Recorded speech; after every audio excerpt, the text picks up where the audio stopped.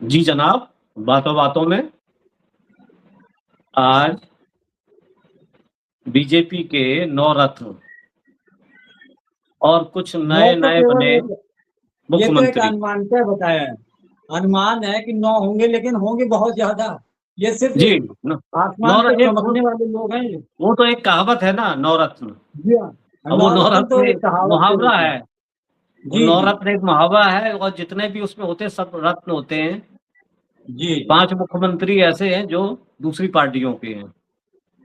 BJP के लोग बेचारे दरी बिछाते बिछाते और टेंट लगाते लगाते हाँ थक गए, उनका नंबर नहीं आ पाता है और मुख्यमंत्री कोई और बन जाता है। देखा जाए तो यूपी से योगी आदित्यनाथ भी भारतीय जनता पार्टी के कैडर के नहीं थे, ना वो जी बीजेपी में राजनीति करते थे। उनको भी पैराशूट से उतार के बना दिया गया था और वो लगातार बने हुए हैं क्योंकि बीजेपी को सूट करते हैं। तो यही है। तो आपकी नज़र में भी होंगे कुछ 9 रत्न?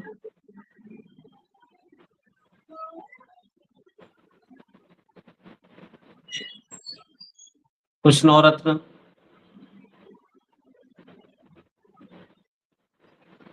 बताएं। अच्छा, तो शुरुआत करते हैं हम लोग। जो ताजा मामला है वो है पश्चिम बंगाल के जो नवनिर्वाचित, जो आपके मुख्यमंत्री हैं, शुभेंदु अधिकारी के से ही स्टार्ट शुभेंदु किया जाए, अधिकारी। जी जी है ना। जी। शुभेंदु अधिकारी भी भारतीय जनता पार्टी में कई जगह से चक्कर खाते आए हैं। पहले वो कांग्रेस में थे, दो, फिर बाद में वो आपके उसमें चले गए, टीएमसी में चले गए, और टीएमसी के बाद फिर से वो भारतीय जनता पार्टी में आ गए।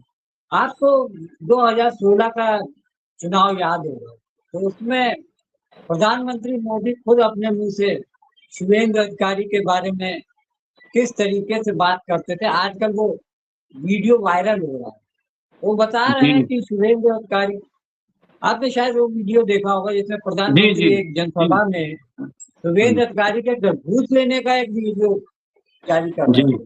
बता रहे थे किस तरीके से इन्होंने रुपए लिए और किस तरीके से कुर्से में खोस रहे हैं। इस सब को आजकल बड़े लोग उसको वायरल कर रहे हैं, क्योंकि प्रधानमंत्री जब देश का कह रहा है कि वो घूसखोर है, भ्रष्टाचारी है, और आज ये स्थिति है वो भारतीय जनता पार्टी में है, और भारतीय जनता पार्टी ने उसी घूसखोर रिश्वतखोर को पश्चिम बंगाल की सरकार का मुखिया बना दिया गया। जबकि ऐतिहासिक जीत की है भारतीय जनता पार्टी ने पश्चिम बंगाल में, उनको अपनी पार्टी से आया कोई कैडर वाला नेता, उनको समझ में नहीं आया क्यों कि उस नेता को वो आगे कर सके। तो ये समझ लीजिए कि भारतीय जनता पार्टी को जीत से मतलब है, उसको नैतिकता, आदर्श और सदाचार कदाचार से कोई लेना देना नहीं है। उसको सिर्फ ये है कि ये व्यक्ति जीत सकता है, और उनकी जो कसौटी है नफरत फैलाओ, उसमें वो बिल्कुल सटीक बैठा है।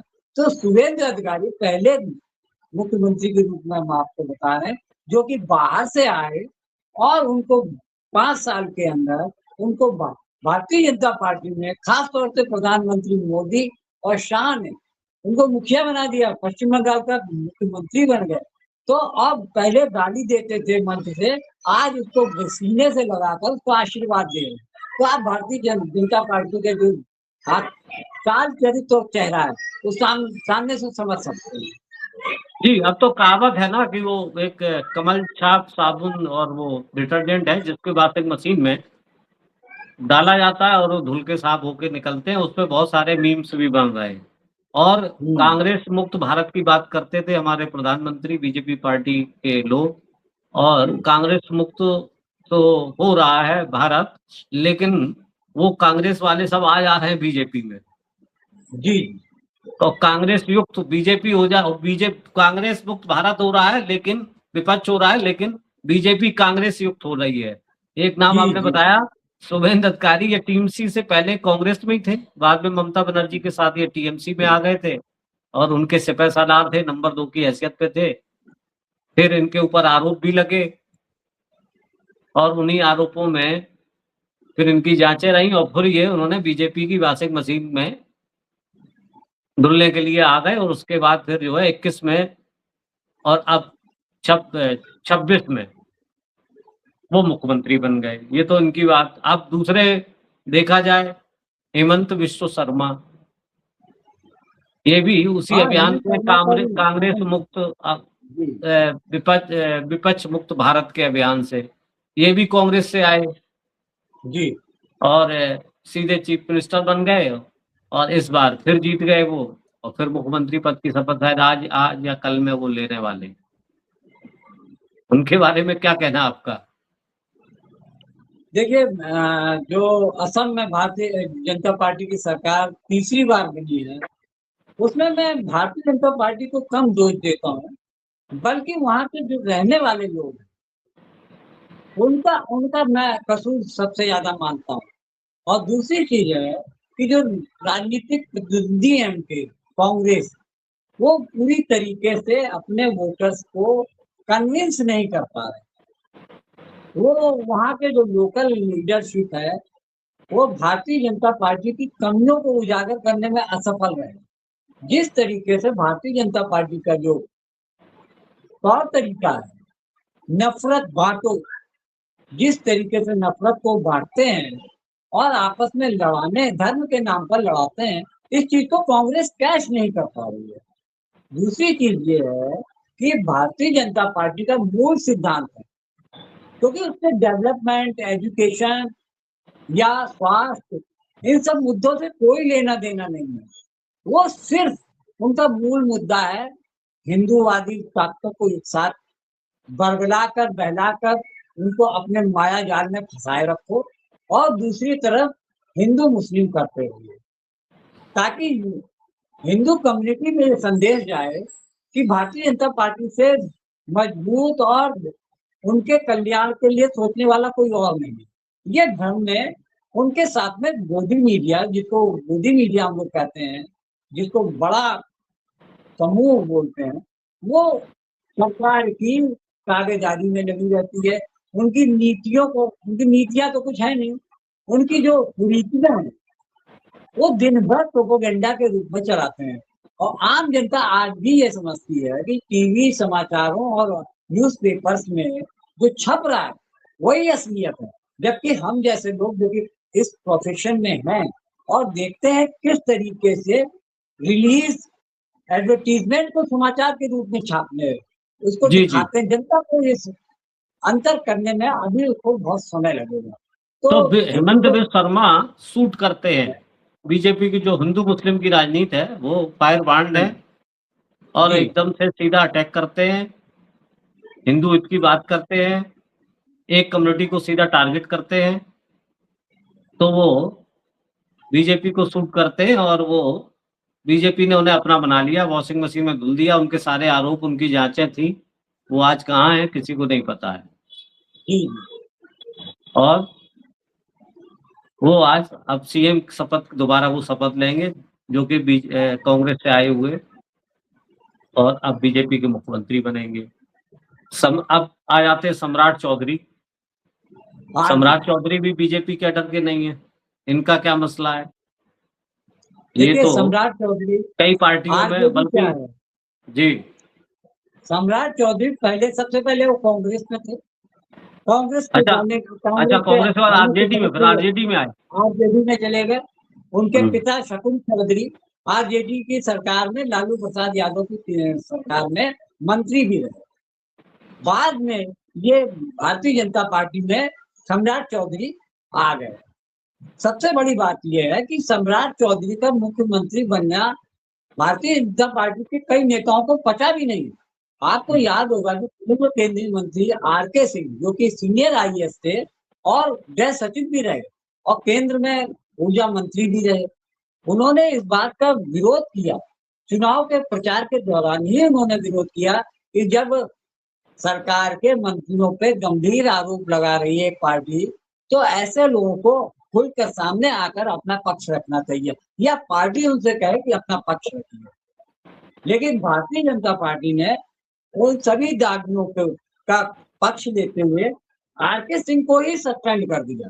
मतलब एक ईमानदार तो क्या कहेंगे हम, भारतीय जनता पार्टी के साथ में जो रहता है, ईमानदार कहना हमें थोड़ा-सा संकोच लगता है, क्योंकि बीजेपी के साथ वही आदमी चल सकता है, जो घोर भ्रष्टाचारी हो, झूठ और नफ़रत फैलाने वाला हो। तो आप समझ सकते हैं कि उनसे वो कॉम्पिटिशन में सबसे कम में रहते थे आरके सिंह, इस वजह से उनको पार्टी ने दरकिनार कर दिया। और जिस एक और उनकी व्यक्ति को विशेषता है, एक और विशेषता है, वो भी डिग्री नहीं दिखा पाते हैं। हाँ जी, हाँ जी। उनके लोग बारे में बताते हैं कि वो 10वीं पास हैं, उसके बाद की उनकी डिग्रियाँ कहाँ हैं? वो पीएचडी तक की दिखाते हैं, पीएचडी तक अपने आप को बताते हैं, एमए, पीएचडी, लेकिन डिग्रियाँ नहीं दिखा पाते हैं वो। जी, ये भी जी। उनकी एक विशेषता है, सम्राट चौधरी। तो ये कहिए कि ये कांग्रेस, आरजेडी और जेडीयू और फिर आ गए ये बीजेपी का दामन थाम लिया। आरोप इन जी, पे भी जी। थे, ईडी, सीबीआई इन पे भी जाँच हो रही थी, उसके बाद इन्होंने बीजेपी का दामन थामा था। यही है। आपने जन स्वराज की पार्टी का प्रेस कॉन्फ्रेंस तो सुनी होंगी, जिसमें कि जो प्रशांत किशोर थे, वो खुलेआम ये जी। ज़िक्र कर रहे थे कि ये 7वीं फेल हैं या पास हैं, इसके बारे हाँ, में उन्होंने कई बार सवाल किया कि जी। आप ये बताइए कि हाई स्कूल की परीक्षा आपने कब दी? इस चीज़ को लेकर सम्राट चौधरी ने कभी सफाई नहीं दी। कई हुँ, चैनलों पे ये सवाल उठाए गए, लेकिन उन्होंने गोल-मोल जो जवाब दिया, उसको लेकर जब भी आपने एक एंकर थी गरिमा सिंह, उन्होंने सवाल पूछा कि आपने हाई स्कूल किया या नहीं किया? तब उन्होंने तमिलनाडु की एक यूनिवर्सिटी कामराज यूनिवर्सिटी का ज़िक्र करते हुए कहा कि मैंने वहाँ से पीसीएफ का कोर्स किया है। तो पीसीएफ का कोर्स भी लोगों की खास जानकारी में नहीं था कि वो केवल तमिल लोगों के लिए होता है। तो क्या ये तमिल लैंग्वेज जानते हैं? इस बात हुँ, का खुलासा भी सोशल मीडिया पे हो चुका है कि जिस हुँ, डिग्री या जिस सर्टिफिकेट की ये बात कर रहे हैं, वो हिंदी भाषा में नहीं होता, वो तमिल हुँ, में होता है। इसके अलावा उनके ऊपर 7 मर्डर केस का आरोप, क्या उसमें दोषी साबित हुए और ये जेल भी जा गए। लेकिन सत्ता और सरकार में इनकी पैठ होने की वजह से वो केस सब दबा दिए गए। सुप्रीम कोर्ट ने इनको नाबालिग होने का प्रमाण पत्र देकर इनको उस केस से बरी कर दिया। तो ये समझ सकते हैं इतने-इतने गंभीर-गंभीर आरोप सम्राट चौधरी पे लगे हैं, और कोई सरकार या और किसी दल पे अगर ऐसे आरोप लगे होते, तो अब तक पूरा खानदान बंद गया होता। जी, पूरा आरोप भी खानदान लगे जेल हैं। गया होता। जी, जी, आरोप भी लगे हैं और कांग्रेस से आयातित भी हैं। जेडीयू जी, जेडीयू से आरजेडी, आरजेडी से जेडीयू और फिर बीजेपी। जी, आरोप लगे, बीजेपी का दामन आ गए वॉशिंग मशीन में, दामन थामा और आज मुख्यमंत्री। 2 मुख्यमंत्री और बता दें, एक हैं अरुणाचल के पेमा पेमा खांडू। कांठू। हाँ, ये भी कांग्रेस में थे, फिर पीपुल्स पार्टी ऑफ अरुणाचल और उसके बाद बीजेपी में हैं, ये भी आए थे। जी, और एक हैं त्रिपुरा के मानिक साहा, हाँ जी, वो भी कांग्रेस के हैं। ये भी कांग्रेसी थे, आप जानते होंगे, और ये जी, भी आज जी, बीजेपी में हैं।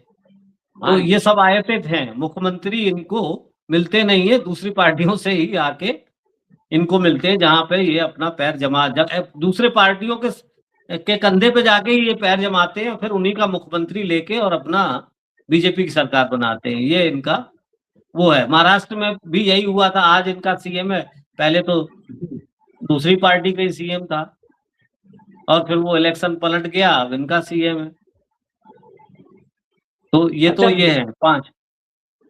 जी, बीजेपी में ही एक चीज़ मैंने देखी है कि बीजेपी में ही ये हो सकता है कि एक मुख्यमंत्री डिप्टी सीएम के रूप में काम करे। ये पहली बार मुझे इतिहास में मेरा अनुभव है कि एक फुल फ्लैश मुख्यमंत्री डिप्टी सीएम के रूप में अपने से जूनियर आदमी के साथ काम कर सकता है।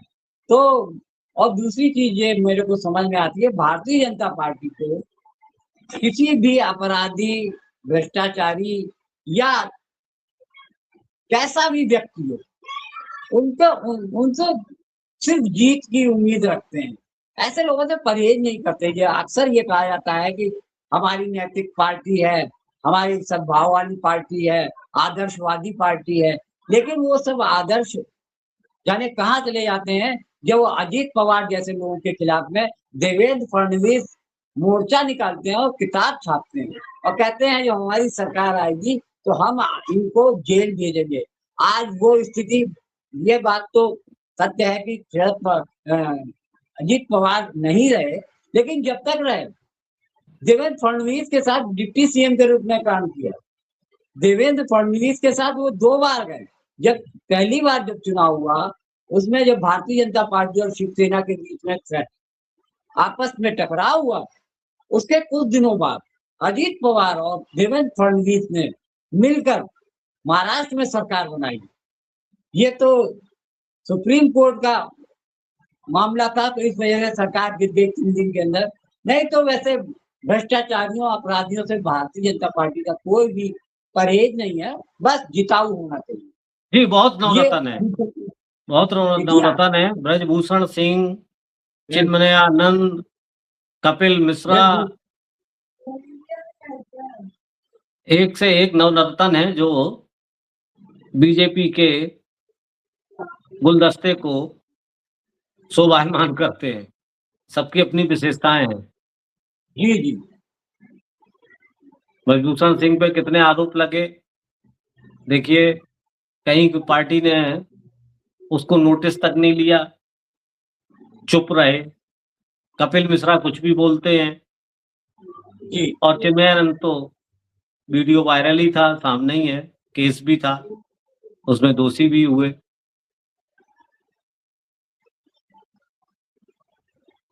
ये है, क्या कहना चाहेंगे इन लोगों के बारे में?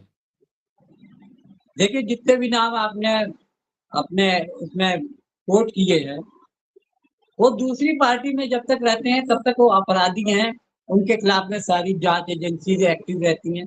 जैसे ही भारतीय जनता पार्टी की वॉशिंग मशीन में आते हैं और मोदी वॉशिंग पाउडर से धुलते हैं, वो सब क्लीन हो जाते हैं, सब सदाचारी हो जाते हैं, कदाचार उनसे हट जाता है और वो भारतीय जनता पार्टी के लिए एक स्वच्छ प्रोडक्ट बन जाते हैं। आपको जितने भी देखेंगे वो सब चीजें, आप इस बात पे हैरान होंगे कि जेडीएस के जो नेता प्रज्वल रेवन्ना, जो कि मास रेपिस्ट के रूप में जाने गए, 300 से ज्यादा महिलाओं के उनके साथ में अनैतिक संबंध बताए गए, ऐसे व्यक्ति के लिए प्रधानमंत्री जाकर उनके वोट की अपील करते हैं, तो अब आप भारतीय जनता पार्टी और प्रधानमंत्री के जो चरित्र की विशेषता आपको समझ में आ जाएगी।